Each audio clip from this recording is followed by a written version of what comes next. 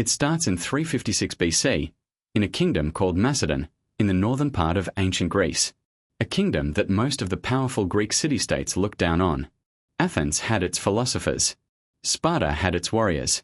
Macedon, to the rest of Greece, it was a backwater, a rough, cold place ruled by rough, cold men.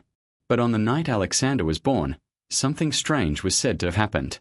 The temple of Artemis in Ephesus, one of the 7 wonders of the ancient world, burned to the ground. And the priests said the goddess was away that night, too busy attending the birth of a future conqueror to protect her own temple.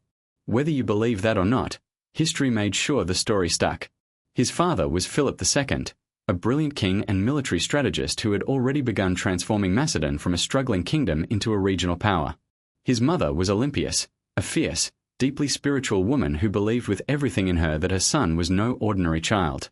She told Alexander from the time he could understand words that he was descended from Achilles on her side, and Hercules on his father's side.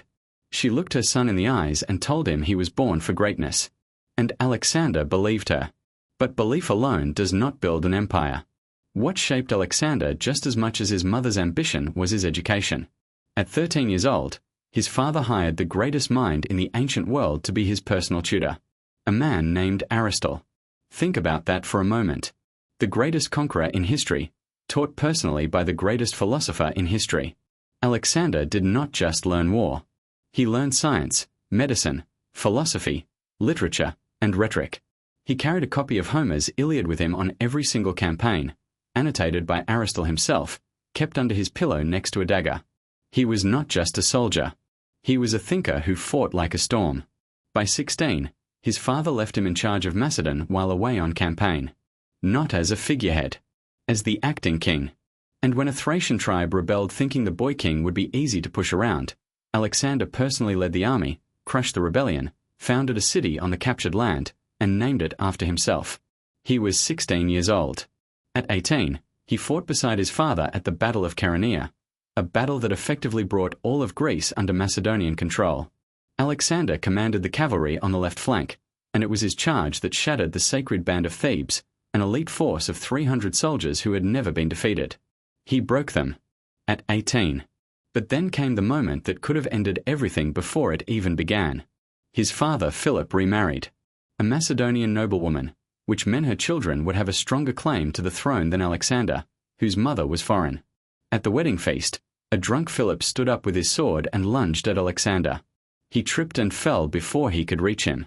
Alexander looked down at his father on the floor and said, coldly, "Here is the man who is preparing to cross from Europe into Asia, and he cannot even make it from one table to the next."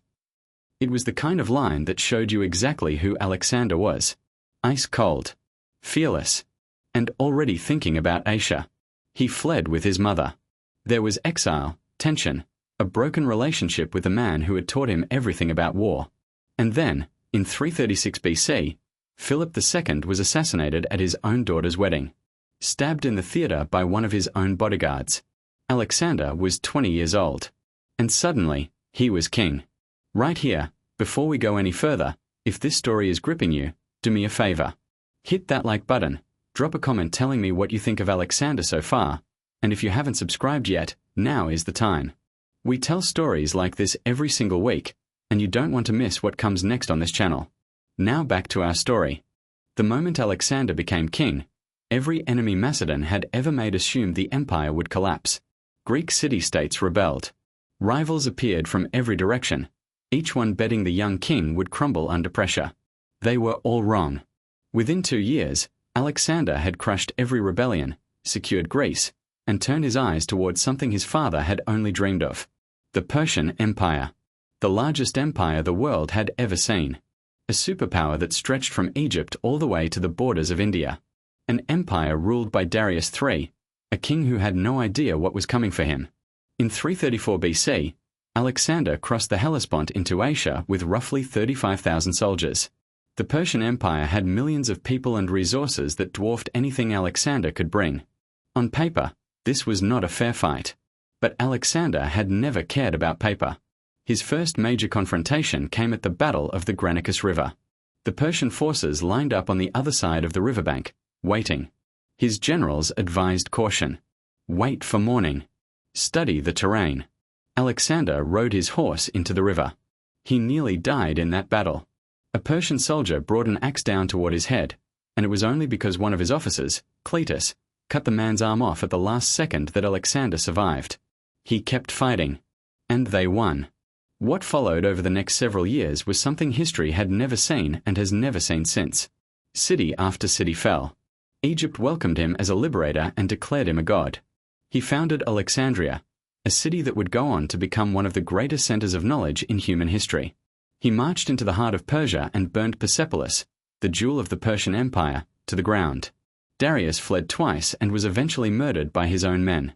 Alexander found his body on the road, covered it with his own royal cloak, and gave him a king's burial.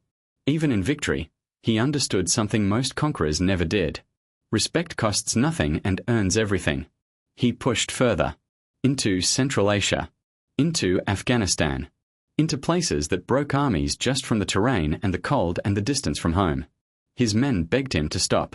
They had been marching for years. They had wives and children they had not seen. They were tired in their bones. And then he reached India, where he fought the Battle of the Hydaspes against King Porus, a man who rode war elephants into battle. It was one of the hardest fights of Alexander's entire campaign.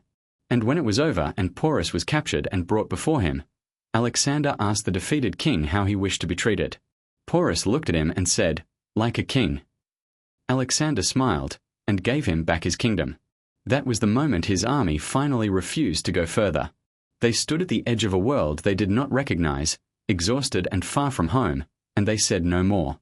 For the only time in his life, Alexander the Great was stopped. Not by an enemy.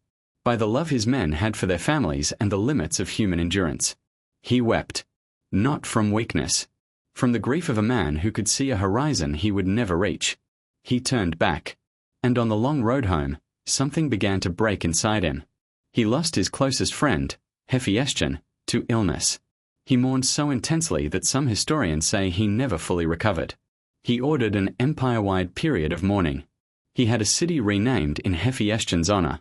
Then in Babylon, in 323 BC, after a night of feasting, Alexander fell ill. Over the course of 10 days, the greatest conqueror the world had ever known faded away. He was 32 years old. When his generals gathered around his deathbed and asked who should inherit the empire, he reportedly whispered, "The strongest."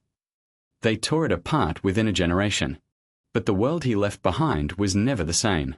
He had spread Greek culture, language, and thought across 3 continents. He had opened trade routes that would last for centuries. He had connected civilizations that had never known each other existed. He set out to conquer the world. And in many ways, he rewrote it. There are people who live 80 years and leave no mark at all. And then there was Alexander, who in just 32 years turned the entire known world upside down and left a shadow so long we are still standing in it today. The real question his life asks all of us is not how far can one man go. It is this: what are you doing with the time you have been given? If this story moved you, share it with someone who loves history. Leave a comment below telling me which moment hit you hardest. And if you haven't subscribed to Epoch Stories yet, now is the time. Every week we bring you stories like this one. Real history. Told the way it deserves to be told. Until next time.